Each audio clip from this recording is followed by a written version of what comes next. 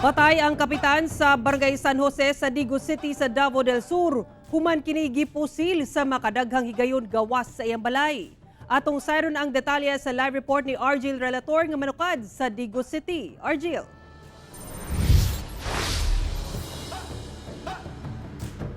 Sara gidala pa sa ospital apan nakabsa na siyang kinabuhi si Barangay Kapitan Angelito Balasbas human siya gipusil samtang sakay sa iyang sakyanan.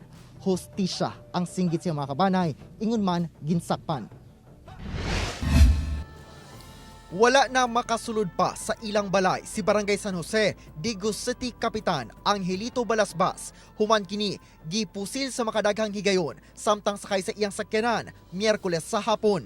Sa investigasyon sa Digo City Police, gikan sa Barangay Hall si Kapitan Balasbas ug dihang nihunong kini gawas sa iyang balay aron hulaton nga moabli ang ilang gate. Gidikitan matud pa ang driver side sa iyang gimanehong sakyanan ug usa ka motorsiklo dayon gipusil sa makadaghang higayon ang kapitan at tubangan mismo sa iyang duha ka batang anak. Ang basyo na nakita namon mga 5 to kabuok ug naay isa ka kompleto pa naay slag siya. Tapos ang tama sa lawas niya ginahulat pa namon ang autopsy report para ma-declare po naman kung pila ka balang nakaigo sa lawas niya. Sukad sa mga nilabayng semana, duna na matod pa'y nagabahis-bahis nga samang motorsiklo gawas sa balay sa kapitan nga posibleng ginapaniiran na kini. Inatingalan akong manghod nga naay ka nang nagbahis-bahis nga naka-motor ba nga naka-helmet og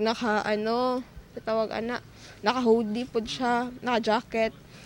Then mo to kay wala lang kay abi lagi na mo kay sa balay magud kay daghan magumagaad to kay mga yung tabang ana ba so abi lang pud mo katong nagmotor mangayo pud og tabang. Matud sa anak sa kapitan, kumpiyansa kini sa iyang seguridad sanglit wala kini kalaban. Si Papa magud kay dali ra ba kay na siya maduulan kay kung moto ka sa balay bisag wala na siya kwarta muhatag jud na siya bisag gamay basta na siya ikahatag.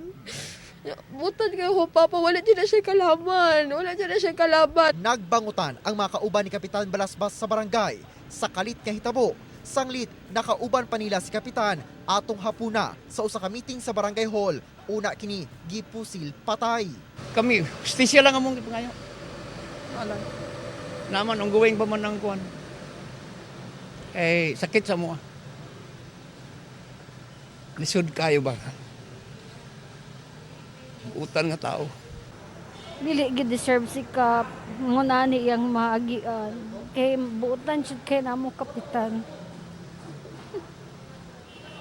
May kalabutan sa politika ang usa sa ginalantaw nga motibo karon sa kapulisan kalabot sa hitabo. Karong election period di naton ma-discount na basic politically motivated pero di lang ta naga-focus doon kay may mga ibang angle pod na pwede maging hinungdan nga nung gipatay si kapitan. Gipagawa sa Digo City PNP ang CCTV footage kung asa nakita ang pag-agi sa highway sa suspect nga nakamotorsiklo. Buhatag sab og 1 million pesos nga reward ang Digo City LGU sa kung kinsa man ang nakaila og makatudlo sa suspect.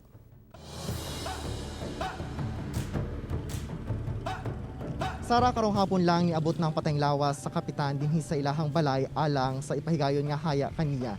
Samtang gibutyag ni PR11 Police Regional Brigadier General Director Benjamin Silo Jr. nga aduna na Special Investigation Task Group kun SITG nga gibuo aron nga matutukan ang maong kaso. Samtang duna na sab sila mga persons of interest nga ilhan apan sa karon dili pa kini nila mamahimo nga isa publiko. Sara. Okay, daghang salamat Argil Relator.